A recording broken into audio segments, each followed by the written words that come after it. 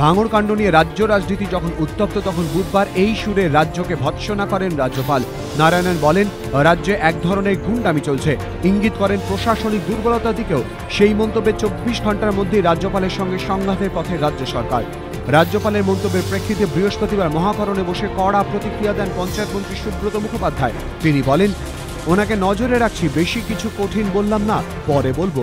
উনি কেন এই বিতর্ক তৈরি করছেন জানি না। আপাতত হলুদ কার্ড দেখালাম, এরপর লাল কার্ড। রেজ্জাককে মোকাবিলা করতে গেলে এটাই স্বাভাবিক। উনি কি খবর নিয়ে জেনেছেন রেজ্জাক কেমন? কোনো ভোট কি হতে দিত দক্ষিণ 24 পরগনায়? সব ক্রিয়ার প্রতিক্রিয়া হয়, সব জেনে নিয়ে মন্তব্য করা উচিত ছিল। বিধানসভা ভোটে দলের বিপর্যয়ের পর বিভিন্ন ইস্যুতে প্রাক্তন মুখ্যমন্ত্রী বুদ্ধদেব ভট্টাচার্যের বিরুদ্ধে দলের ভেতরে ও বাইরে সরব হয়েছিলেন রেজ্জাক মোল্লা। দুই নেতার সম্পর্কে শীতলতা কারোর কাছে গোপন নয়, কিন্তু রেজ্জাক মোল্লার উপরে হামলার ঘটনা সেই দূরত্ব অনেকটাই ঘুচিয়ে দিয়েছে বলে মনে করছে রাজনৈতিক মহল। বুধবার ঘটনার প্রতিবাদে পথে নামেন বুদ্ধদেব ভট্টাচার্য। তবে রেজ্জাকের ওপর হামলার প্রতিবাদে পথে নামলেও হাসপাতালে তাকে দেখতে যাননি বুদ্ধদেব ভট্টাচার্য। হাসপাতালে শুয়ে প্রবীণ এই সিপিএম বিধায়ক বৃহস্পতিবার বললেন, বুদ্ধদেব ভট্টাচার্য আক্রান্ত হলে প্রথম তাকে দেখতে যাবেন তিনি।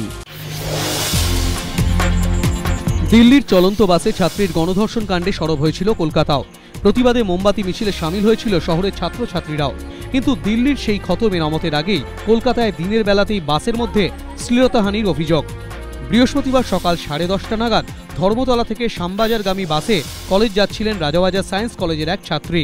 অভিযোগ, শিয়ালদার কাছে বাস কিছুটা ফাঁকা হতেই বাস থেকে ছাত্রীটি নামতে চাইলে কয়েকজন মত্ত যুবক ছাত্রীটির শ্লীলতাহানি করে। ছাত্রীটি সাহায্যের জন্য চিৎকার করলেও যাত্রীরা কেউ এগিয়ে আসেননি বলেও অভিযোগ। শ্লীলতাহানির হাত থেকে বাঁচতে ছাত্রীটি চলন্ত বাস থেকে লাফ দেন। আহত অবস্থায় ছুটতে ছুটতে কলেজে পৌঁছে সংজ্ঞাহীন হয়ে পড়েন। ঘটনার প্রতিবাদে দুপুর 2টো থেকে প্রায় 3 ঘন্টা এপিসি রোড অবরোধ করেন ছাত্রছাত্রী ও অধ্যাপকরা। ডিসি নর্থ গৌরব শর্মা এসে তদন্ত ও দোষীদের উপযুক্ত শাস্তির আশ্বাস দিলে অবরোধ ওঠে। কলকাতা হাইকোর্টের নির্দেশে স্বস্তিতে সাগরিকা।